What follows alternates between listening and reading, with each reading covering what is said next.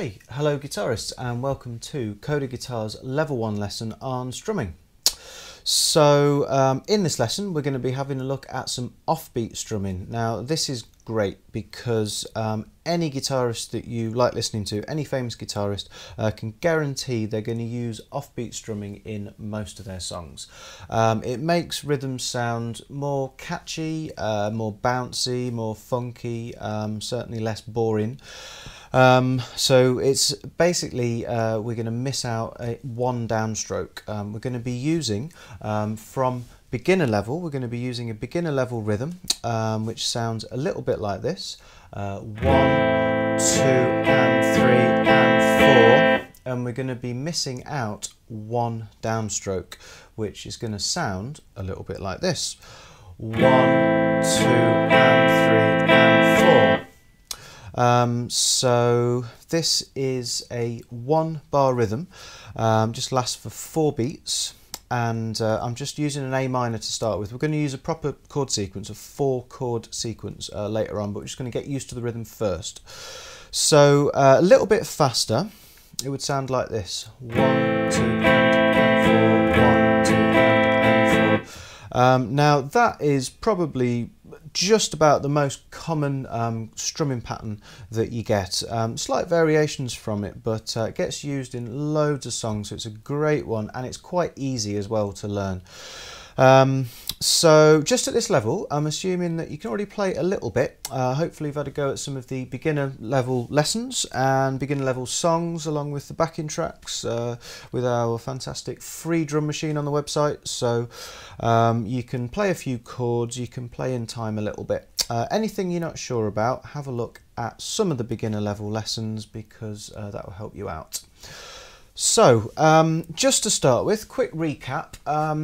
2 bars twice round the easy strumming pattern: down, down, up, down, up, down, down, down, up, down, up, down. Okay, so let's do that after 4. So on an A minor chord, 2, 3 and 4. 1, 2 and 3 and 4. 1, 2 and 3 and 4. Okay, so hopefully fairly easy. If you need to pause this at any point, feel free, and then pick it up when you've got that.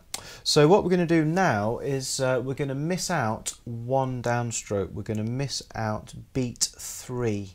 So it's 1, 2 and miss and 4. 1, 2 and miss and 4. Down, down,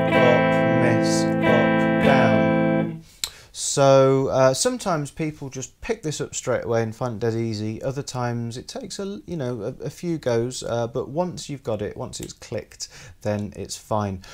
So we're going to try this 4 times just on A minor, and let's see how you get on. So after 4, so 1, 2, 3, 4. Down, down, up, down, down, down, up, down. 1, 2 and 3 and 4. 1, 2 and 3 and 4. So how was that? Hopefully that clicked. When you repeat something, the more you play it, the more you kind of iron out the mistakes. But if it was a bit funny, here's a few pointers to help you to get it right. First of all, what we're doing is, because we're missing out a downstroke, that actually means that we've got 2 upstrokes in a row, and sometimes when people just see them written out, they'll sort of go down, down, up, up, down. Now it's almost like the records jump there: down, down, up, up, down. I can't really tap along it with that because we're in 4/4, 4 beats in a bar, so we've got to keep like a steady pulse, a steady rhythm basically. So if my strumming actually keeps in time with the pulse that I'm tapping out, what's happening is every downstroke is on the beat, is on beat 1, 2, 3, 4, and every upstroke is in between the beats. There's the 3, 4. 1 and 2 and 3, like that. So the upstrokes are playing the offbeats. So that's what gives it the catchy feel. The upstrokes are a bit more obvious in the middle because we're missing out a downstroke. So it would be like this: 1, 2 and 3 and 4, 1, 2 and 3 and 4. So my arm's almost like a pendulum there. It's just keeping at exactly the same speed all the time. It's actually helping to keep me in time because I'm counting out the beats like that. So another thing you can think about is sometimes it's a bit weird to leave that miss because you're not coming in faster with the second upstroke. There's a space there where you're not really doing a lot. So sometimes there's a tendency for people to kind of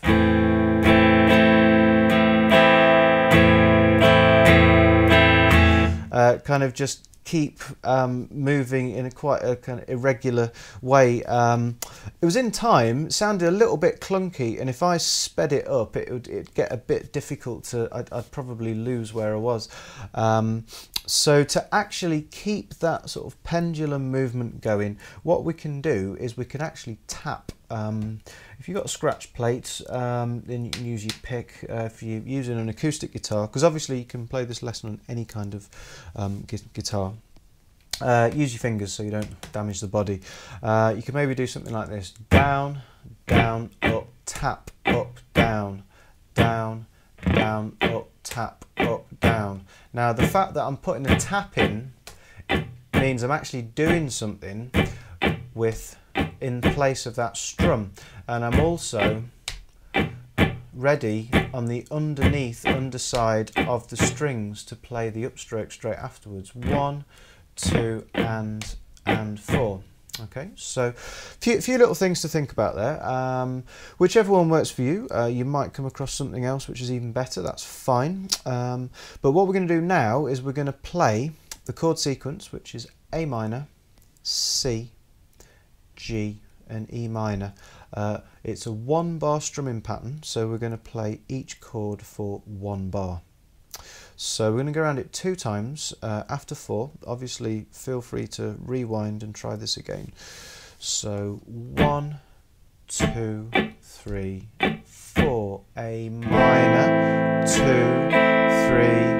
4 to C, 2, 3, 4 to G, 2, 3, 4 to E minor, back to A minor, 3, 4, C, 2, 3, 4 to G, 2, 3, 4 to E minor, 3,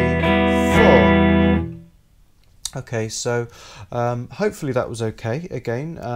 If not, you know, practice on your own and watch the video again, or like I said, use the drum machine. Find a tempo where it feels easy to play, find a speed. So maybe that was, I don't know, 60, 70 BPM, something like that. So if that was a bit quick, try it a bit slower. It's always better to make something sound musical. Find that pulse, get a tempo. You know, all good musicians can play with a really good sense of rhythm, so you should really be trying to develop that.